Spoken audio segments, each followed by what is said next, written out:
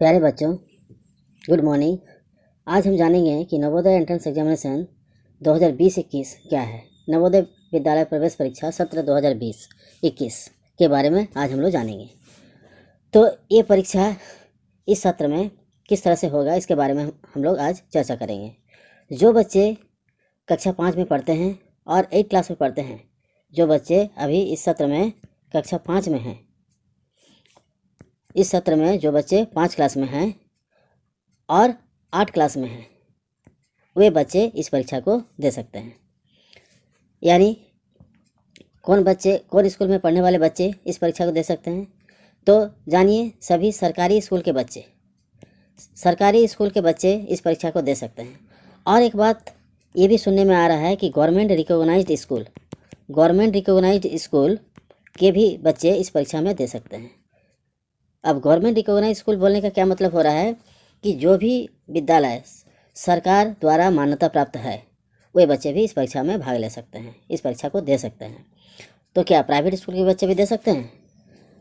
ऐसा तो पता चल रहा है कि सरकार द्वारा अगर कोई भी विद्यालय मान्यता प्राप्त है, चाहे CBSE हो, चाहे झारखंड बोर्ड हो, चाहे स्टेट बोर्ड हो, ऐसे बच्चे भी परीक्षा दे सकते हैं। और जो विद्यालय सरकार द्वारा मान्यता प्राप्त है, वैसे प्राइवेट स्कूल के बच्चे परीक्षा दे सकते हैं। ऐसा इसका अर्थ निकल रहा है। गवर्नमेंट रिकॉग्नाइज्ड स्कूल का मतलब ये हो रहा है, जो सरकार द्वारा मान्यता प्राप्त विद्यालय है, उस स्कूल के बच्चे इस परीक्षा में भाग ले सकते हैं, इस परीक्षा को दे सकते हैं। तो ठीक है, मान लेते हैं कि कोई बच्चा अगर 5 क्लास में एक बार परीक्षा दिया है, तो अगर वो अगला साल फिर 5 क्लास में पढ़ते हैं, ऐसा करते हुए अपियरिंग कैंडिडेट के रूप में 2 साल पढ़ते हुए, क्या वो परीक्षा दे सकते हैं? तो ये बात सही नहीं है, क्योंकि जो एक बार परीक्षा दे चुके हैं वो दोबारा परीक्षा नहीं दे सकते हैं। लेकिन हाँ, 5 क्लास में पढ़ने वाले बच्चे अगर 8 क्लास तक पहुंच जाते हैं, तो वे फिर से 8 क्लास में वो परीक्षा दे सकते हैं। यानी एक बच्चा, यानी एक स्टूडेंट 2 बार उसी क्लास में रहते हुए परीक्षा नहीं दे सकता है। चाहे 5 क्लास में पढ़ते हुए दे, चाहे 8 क्लास में पढ़ते हुए दे, एक ही बार दे सकता है। अब हम चर्चा करते हैं कि इस परीक्षा में भाग लेने के लिए उम्र क्या होना चाहिए। देखिए, इस बार 2020 और 21 सत्र में जो बच्चा कक्षा 5 में पढ़ रहा है, उसका उम्र 1/5/2008 से 30/4/2012 के अंदर होना चाहिए। यानी जिसका उम्र 1/5/2008 है, वो भी बच्चा परीक्षा दे सकता है, और जिसका उम्र 30/4/2012 है, वो भी दे सकता है। और इसके बीच में जो भी उम्र आता है, जो भी तारीख आता है, उस तारीख के बच्चे इस परीक्षा में अपियर हो सकते हैं, कक्षा 5 के परीक्षा में अपियर हो सकते हैं।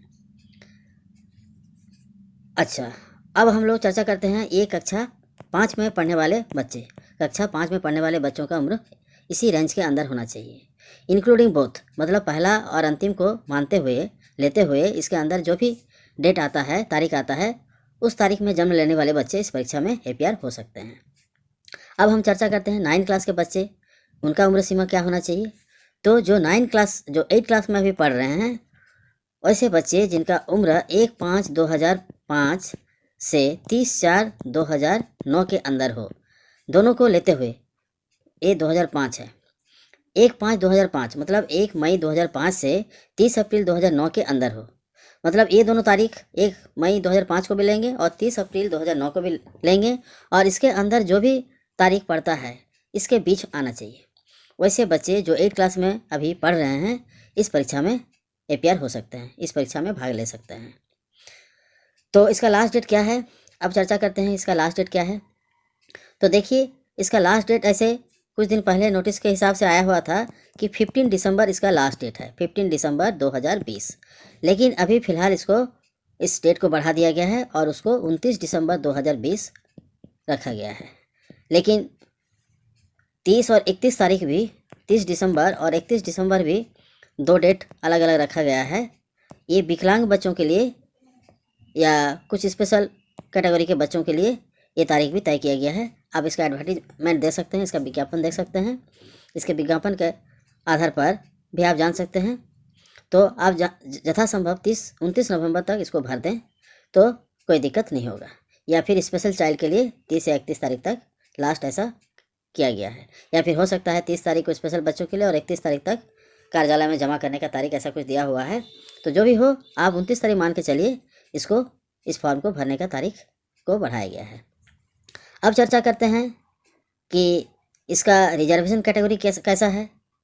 देखिए, ये परीक्षा SC ST OBC जनरल सभी ST SC OBC सभी क्लास के बच्चे दे सकते हैं। और इसमें क्या है कि आपको इसके लिए वैलिड सर्टिफिकेट दिखाना होगा एडमिशन के समय, मतलब कास्ट सर्टिफिकेट दिखाना होगा, जाति प्रमाण पत्र आपको दिखाना होगा, और साथ ही साथ इसमें आय प्रमाण पत्र भी आप दिखा सकते हैं। इसके आधार पर हो सकता है कि आपको फीस में एक नॉमिनल फीस लगता है, उस फीस में आपका माफ़ हो सकता है, उस फीस को आपको देना नहीं पड़ेगा। जाति प्रमाण पत्र होना चाहिए और एक आवासीय प्रमाण पत्र भी होना चाहिए। तो ये 3 प्रमाण पत्र आप लोग तैयार करके रखेंगे। जिस बच्चे का भी सिलेक्शन होगा उन्हें ये सर्टिफिकेट प्रस्तुत करना होगा, इसके बिना एडमिशन नहीं हो सकता है। तो विकलांग बच्चों के लिए भी कुछ सीट रिजर्वेशन है, और लेकिन BPL बच्चों के लिए कोई सीट रिजर्वेशन नहीं है। जो BPL बच्चे हैं, बिलो पॉवर्टी लाइन, जिनका आय बहुत ही कम है, उसको हम लोग BPL ग्रुप में मानते हैं, जिसको गरीबी रेखा के नीचे जो बच्चे हैं उनका भी फ़ी लगेगा। एक नॉमिनल फ़ी लगता है स्कूल में, बहुत ही कम।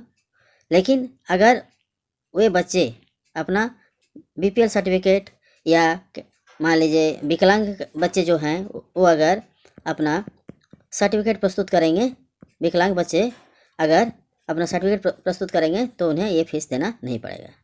अब हम चलते हैं, ये कौन कौन जगह के बच्चे भर सकते हैं। जैसे ग्रामीण रूरल एरिया के बच्चे और शहरी क्षेत्र के बच्चे दोनों ही भरते हैं। रूरल मतलब हो गया ग्रामीण क्षेत्र के बच्चे, और अर्बन मतलब हो गया शहरी क्षेत्र के बच्चे। दोनों ही बच्चे इस परीक्षा में भाग लेते हैं। तो रूरल यानी ग्रामीण क्षेत्र के बच्चों के लिए 75% सीट रिजर्वेशन रहता है, और शहरी क्षेत्र के बच्चों का 25% सीट इसमें मिलता है। तो इसका मतलब क्या है कि ग्रामीण बच्चे इसमें ज़्यादा लाभान्वित होते हैं। तो ऐसे में ग्रामीण बच्चों को ज़्यादा से ज़्यादा संख्या में इस परीक्षा में भाग लेना चाहिए, क्योंकि इसमें रिजर्वेशन करीब 75% है। और क्या बात हम लोग जान सकते हैं इसमें, ये परीक्षा कैसा होता है। देखिए, ये परीक्षा 2 घंटा का होता है, और इसमें 3 तरह का टेस्ट लिया जाता है। एक मेंटल एबिलिटी टेस्ट, जिसको बोलते हैं हम लोग मानसिक योग्यता परीक्षण। ये होता है मानसिक योग्यता परीक्षण के ऊपर एक टेस्ट होता है। दूसरा क्या है, लैंग्वेज के ऊपर होता है। लैंग्वेज मतलब भाषा। जो बच्चे हिंदी में परीक्षा देना चाहते हैं वो हिंदी में परीक्षा देंगे, और जो अंग्रेजी माध्यम से देना चाहते हैं वो अंग्रेजी माध्यम से इस भाषा को सिलेक्ट कर सकते हैं। और तीसरा क्या होता है, गणित यानी मैथ्स। तीसरा होता है मैथ्स यानी गणित, तीसरा गणित का होता है। तो इस तरह से बच्चे 3 तरह के भाषा में परीक्षा दे सकते हैं। 3 तरह के प्रश्न पूछे जाते हैं। लेकिन इसमें मेंटल एबिलिटी टेस्ट जो होता है, मेंटल एबिलिटी टेस्ट यानी मानसिक परीक्षण जो होता है, योग्यता परीक्षण, मेंटल एबिलिटी टेस्ट, ये बहुत इंपॉर्टेंट है। इसमें से करीब 40 क्वेश्चन पूछा जाता है। और लैंग्वेज यानी भाषा से आपको 20 क्वेश्चन मिलेगा, और गणित से आपको इसमें भी आपको 20 क्वेश्चन मिलेगा। प्रत्येक प्रश्न का 1.25 मार्क्स रहता है। तो इस तरह से 40 + 20 + 20 होता है 80 क्वेश्चन, 80 क्वेश्चन, और प्रत्येक क्वेश्चन का मान 1.25, इस तरह से 100 मार्क्स होता है। इसलिए मेंटल एबिलिटी टेस्ट यानी हम लोग बोलेंगे मानसिक योग्यता परीक्षण जो है वो सबसे इम्पोर्टेंट है। इसलिए मानसिक योग्यता परीक्षण पर विशेष ध्यान देना चाहिए तैयारी करते समय। इस पर ज़्यादा तैयारी करना चाहिए, ताकि इसमें क्या होगा, ज़्यादा से ज़्यादा नंबर मिल सकता है। भाषा में क्या रहता है, हिंदी में जैसे 2 पैराग्राफ या पैसेज दिया रहता है, उसको पढ़ के प्रश्नों को हल करना रहता है। तो हर एक पैराग्राफ से 5 क्वेश्चन दिया रहता है। एक पैराग्राफ से 5 क्वेश्चन, इस तरह से 4 पैराग्राफ रहता है, 5 चौके 20 क्वेश्चन रहता है। और गणित से क्या होता है, 20 क्वेश्चन आता है। तो गणित के लिए एक सिलेबस दिया गया है, कुछ चैप्टर दिया गया है, उस चैप्टर को तैयार करना पड़ता है। तो ये मोटा मोटी एक संक्षिप्त विवरण है नवोदय विद्यालय 2020-21 सत्र में परीक्षा में भाग लेने के लिए। लेकिन इसका जब एडमिशन होगा तब 2021-22 सत्र में है इसका एडमिशन होगा। लेकिन अभी जो 2020 और 21 में पढ़ने वाले बच्चे हैं जो 5 क्लास में पढ़ रहे हैं और जो 8 क्लास में पढ़ रहे हैं वही बच्चे इस परीक्षा में भाग ले सकेंगे। तो एक संक्षिप्त विवरण के साथ मैं आपको इसके बारे में जानकारी दिया। आगे चलकर मैं कुछ मॉडल सेट आप लोगों के लिए तैयार करूँगा, जिसका आप वीडियो सॉल्यूशन देख के समझ सकते हैं और उसके हिसाब से आप अपने आप को तैयार कर सकते हैं। तो आप अगर इस चैनल को सब्सक्राइब कर लीजिएगा तो आपको बहुत फ़ायदा होगा। आप बेल आइकन को क्लिक करेंगे तो क्या होगा, आपको नोटिफिकेशन मिलता रहेगा और आपको पता चलता रहेगा कि जो भी वीडियो अपलोड हो रहा है वो आप आसानी से देख सकते हैं। तो आप कोशिश कीजिए, इसको सब्सक्राइब कीजिए, लाइक कीजिए, तो इससे मोटिवेशन मेरा बढ़ेगा और मैं आप लोगों के लिए और ज़्यादा और अच्छा से अच्छा वीडियो बनाने की कोशिश करूँगा।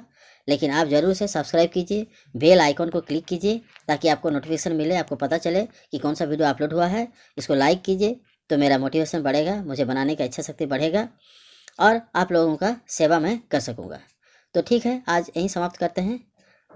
फिर हम अगला क्लास में कुछ सैम्पल सेट मॉडल टेस्ट या इसको कैसे तैयार करना है उसके विषय में चर्चा करूँगा और कुछ क्वेश्चन सेट के जरिए मैं ये बताने की कोशिश करूँगा कि कैसे इन प्रश्नों को हल किया जाता है।